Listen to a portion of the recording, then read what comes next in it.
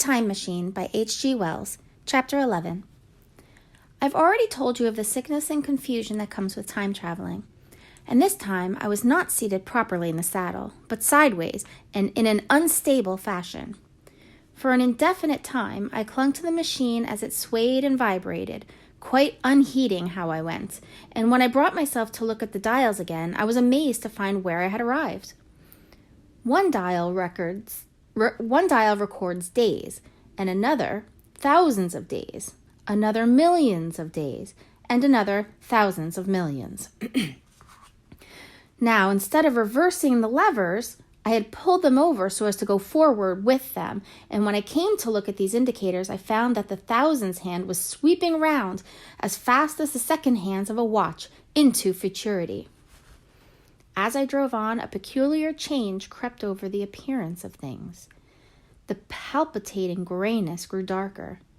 Then, though I was still traveling with prodigious velocity, the blinking succession of day and night, which was usually indicative of a slower pace, returned and grew more and more marked. This puzzled me very much at first. The alternations of night and day grew slower and slower, and so did the passage of the sun across the sky, until they seemed to stretch through centuries.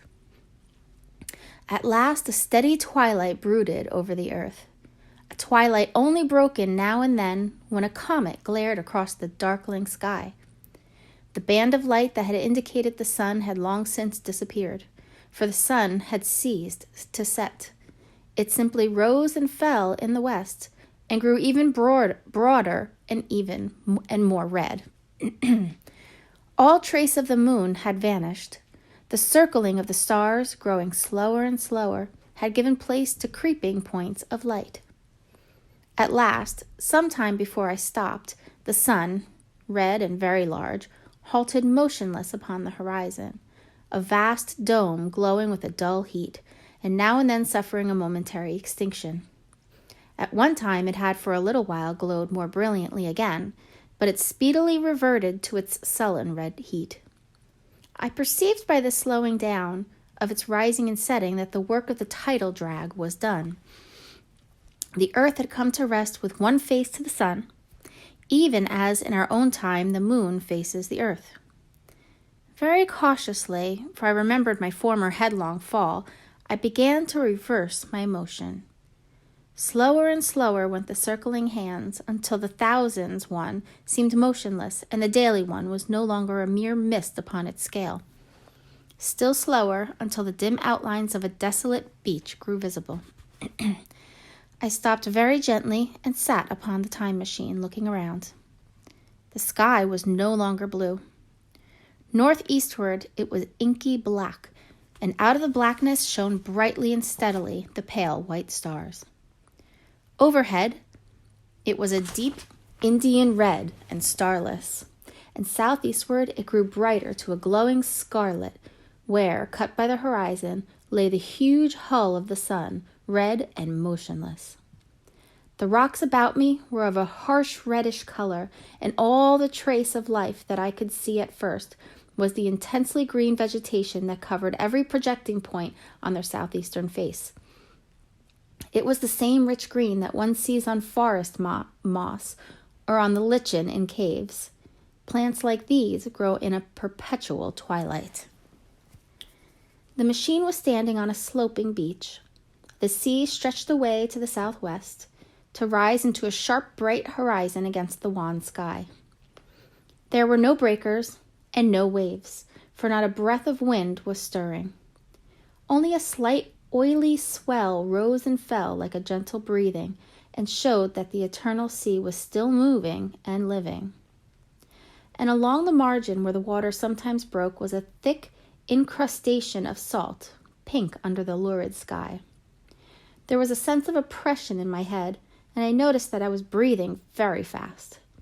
The sensation reminded me of my only experience of mountaineering, and from that I judged the air to be more rarefied than it is now. Far away up the desolate slope I heard a harsh scream, and saw a thing like a huge white butterfly go slanting and flittering up into the sky, and, circling, disappear over some low hillocks beyond.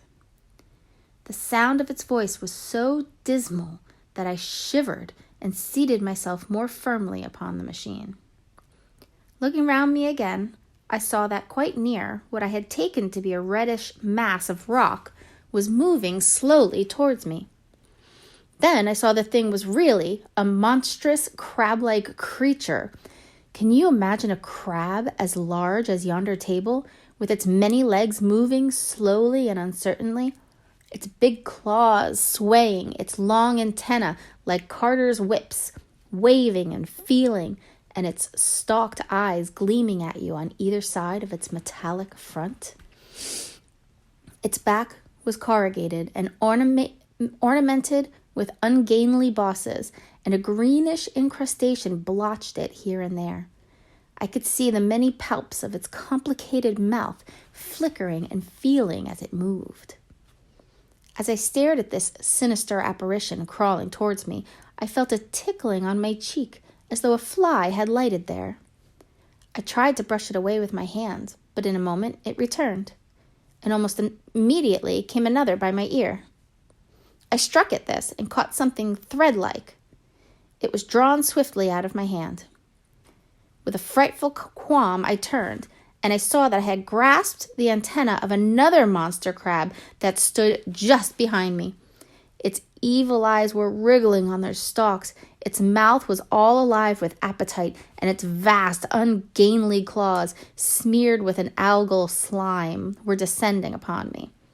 In a moment, my hand was on the lever, and I had placed a month between myself and these monsters. But I was still on the same beach, and I saw them distinctly now as soon as I stopped. Dozens of them seemed to be crawling here and there in the somber light, among the foliated sheets of intense green. I cannot convey the sense of abominable desolation that hung over the world.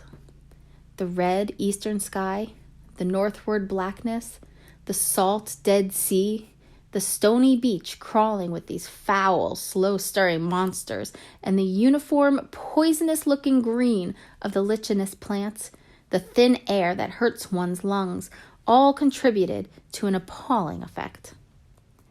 I moved on 100 years, and there was the same red sun, a little larger, a little duller, the same dying sea, the same chill air, and the same crowd of earthy crustacea creeping in and out among the green weed and the red rocks.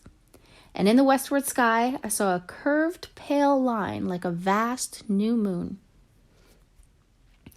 So I traveled, stopping ever and again, in great strides of 1,000 years or more, drawn on by the mystery of the earth's fate, watching with a strange fascination the sun grow larger and duller in the westward sky, and the life of the old earth ebb away.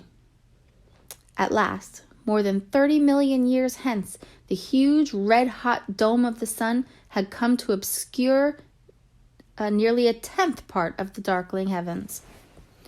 Then I stopped once more, for the crawling multitude of crabs had disappeared, and the red beach, save for its livid green liverworts and lichens, seemed lifeless. And now it was flecked with white. A bitter cold assailed me. Rare white flakes ever and again came eddying down. To the northeastward, the glare of snow lay under the starlight of the sable sky, and I could see an undulating crest of hillocks, pinkish white. There were fringes of ice along the sea margin, with drifting masses further out, but the main expanse of that salt ocean, all bloody under the eternal sunset, was still unfrozen. I looked about me to see if any traces of animal life remained. A certain indefinable apprehension still kept me in the saddle of the machine. But I saw nothing moving in earth or sky or sea. The green slime on the rocks alone testified that life was not extinct. A shallow sandbank had appeared in the sea, and the water had receded from the beach. I fancied I saw some black object flopping about upon its bank, but it became motionless as I looked at it, and I judged that my eye had been deceived, and that the black object was merely a rock. The stars in the sky were intensely bright, and seemed to me to twinkle very little. Suddenly I noticed that the circular westward outline of the sun had changed, that a concavity, a bay, had appeared in the curve. I saw this grow larger. For a minute, perhaps, I stared aghast at this blackness that was creeping over the day, and then I realized that an eclipse was beginning. Either the moon or the planet Mercury was passing across the sun's disk. Naturally, at first I took it to be the moon, but there is much to incline me to believe that what I really saw was the transit of an inner planet passing very near to the earth. The darkness grew apace. A cold wind began to blow in freshening gusts from the east, and the showering white flakes in the air increased in number. From the edge of the sea came a ripple and a whisper. Beyond these lifeless sounds, the world was silent. Silent? It would be hard to convey the stillness of it.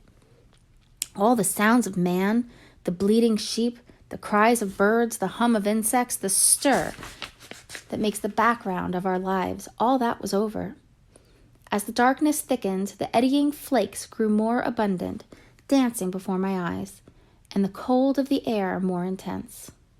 At last, one by one, swiftly, one after the other, the white peaks of the distant hills vanished into blackness. The breeze rose to a moaning wind. I saw the black central shadow of the eclipse sweeping towards me. In another moment, the pale stars alone were visible. All else was rayless obscurity. The sky was absolutely black. A horror of this great darkness came on me. The cold that smote to my marrow and the pain I felt in breathing overcame me. I shivered, and a deadly nausea seized me. Then, like a red-hot bow in the sky, appeared the edge of the sun. I got off the machine to recover myself. I felt giddy and incapable of facing the return journey. As I stood, sick and confused, I saw again the moving thing upon the shoal. There was no mistake now that it was a moving thing, against the red water of the sea. It was a round thing, the size of a football perhaps, or it may be bigger, and tentacles trailed down from it. It seemed black against the weltering blood-red water, and it was hopping fitfully about. Then I felt I was fainting, but a terrible dread of lying helpless in that remote and awful twilight sustained me while I clambered up upon the saddle.